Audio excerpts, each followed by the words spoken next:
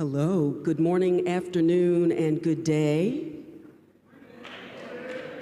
All right, don't let me put my professor hat on. Don't let me have to do it. This is beautiful. This is a wonderful opportunity. We're going to jump right into it, but I will commend you to open the app or go to blackblockchainsummit.com and see the illustrious bio that you have, a deputy commissioner, but I will say Valencia Martin Wallace is a deputy commissioner at the Patent and Trademark Office. She is the deputy commissioner of patents.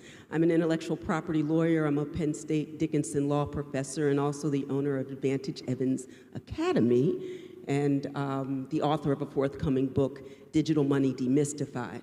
What I find so wonderful about this conversation, though, is we have a plethora of information about blockchain technology, about cryptocurrencies, but taking a step more fundamentally about what it means to move with power and purpose with respect to digital assets and digital ownership. And you can't really understand that if we're only talking about the future of tech without understanding the fundamentals of the role that the Patent and Trademark Office plays in educating, encouraging, and supporting Black innovation. So without further ado, I would want to have you say a bit about coming home to the Mecca, which you will always do, and thank you for coming back to share your expertise at the summit as well. But what led you from this campus to the work that you do? And then let's connect the work that you do in terms of innovation to the broader context of the Black diaspora. So thank you so much, Tanya. Good afternoon, everyone. I'm very excited to be here. Good afternoon, everyone. All right. I'm always excited when I get to come home. Class of '89, School of Engineering. Love being here. I'll start with how did I get from here to Deputy Commissioner for Patent and Trademark Office. I got here from the people here at Howard.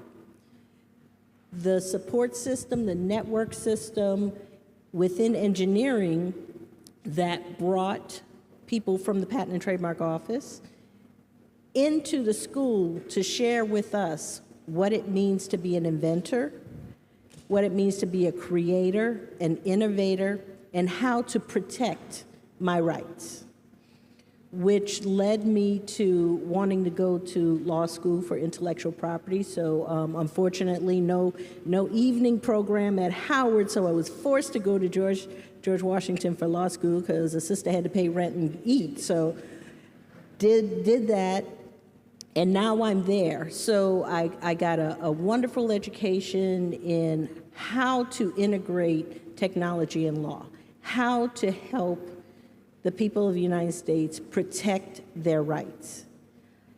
And from that, just based on my background, all that I've learned at the HBCUs that I attended, Xavier University in New Orleans, Howard University here, I know how important it is to support one another, how to help educate one another, how to network to get to where not only we need to be, we should be. And that's why intellectual property and protecting your intellectual property is so important. As Dr. Ball just spoke with us about, us investing in others, us investing in Google and IBM and everyone else's intellectual property is not going to get us where we need to be. We as Black creators need to have them investing in us. And that's why I am here today, to talk about all that we are doing at the USPTO. I'm going to stop for a second. I'm going to ask Joshua Benitez, who came with me from USPTO, to stand up so everyone can see you, because he's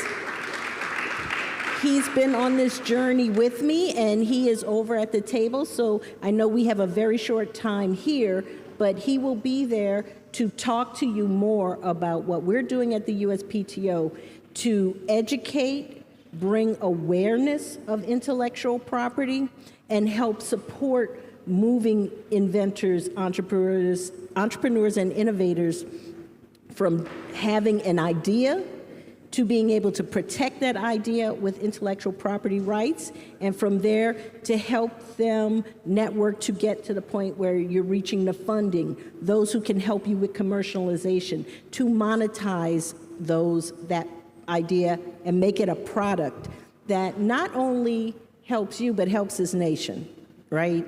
This is our country. Whatever else has happened here, it is our country. And our economy has to be strong for all of us. And one of the best ways of doing that is, as studies have already told us, bringing women and people of color into the fold of innovation will increase the economy of our nation by billions. Billions. Which we've already done. We have, but we're not doing enough. And part of the reason why we're not doing enough is access. When I talk about education, opportunities for funding, for granting, that's not a privilege, that's a right of being part of this country. And us not being aware of it, it's what's stopping us. So it's part of our job to make sure that you are educated and aware. From the age of 4 and 5 years old, there's no reason why a 4-year-old can't understand a concept of STEM, of inventorship. Creators are not created through others, they're born. We are all creators. Now, are we being given the opportunity to learn what to do with that creative mind and how to develop it? And that's what the USPTO is trying to do through our Council for Inclusive Innovation, where we're taking an innovator through the entire journey of 4 and 5 years old, all the way to creation of the IP protection, to helping them find the appropriate funding to make that product a monetized reality. When in the time that we have, because we're really teeing up some of the great topics that you can go to your table, I understand you have a table, and engage further, because I'm an intellectual property lawyer and law professor by training, and shout out to my bison mother, who is also a patent attorney as well, so fruit. And I went to Howard Law School as well, so I'm back at the Mecca. You know. Okay, sorry about that.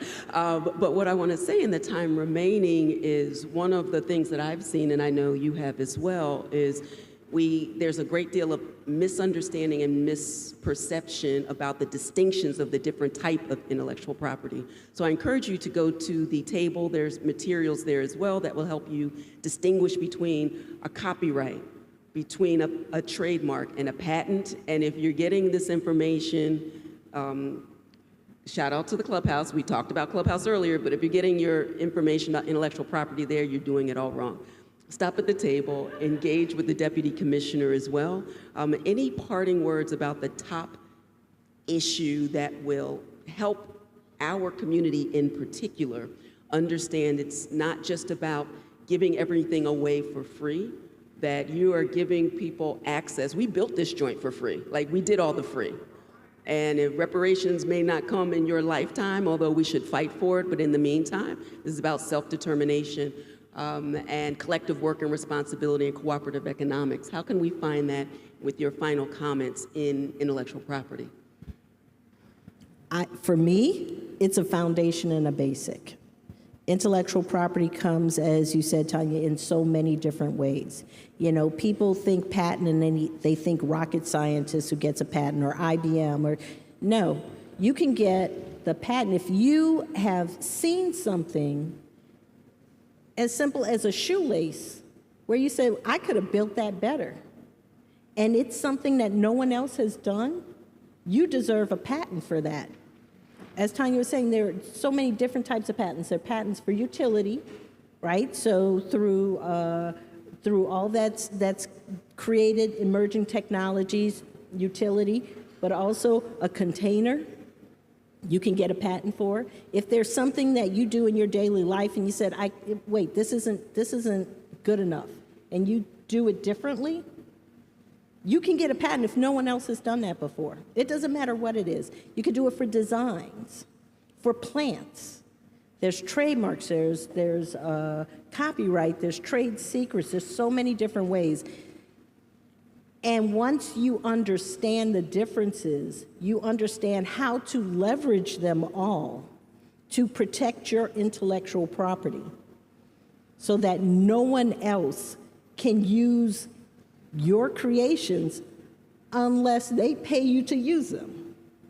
And once again, investing in you. So that's, for me, it's the foundation to life and to getting to where you want to be, is getting the education, getting the opportunities that we are owed here. Mm-hmm. And one of the things, as I'm saying these different types of intellectual property, on our webpage at the USPTO, and Joshua and I can talk to you more about, can tell you, just put in what your idea is, and it'll tell you the different types of intellectual property that you can apply for. It's not that if you have a patent, you can't have any other type. You can have as many types of intellectual property as are there for you to help protect you.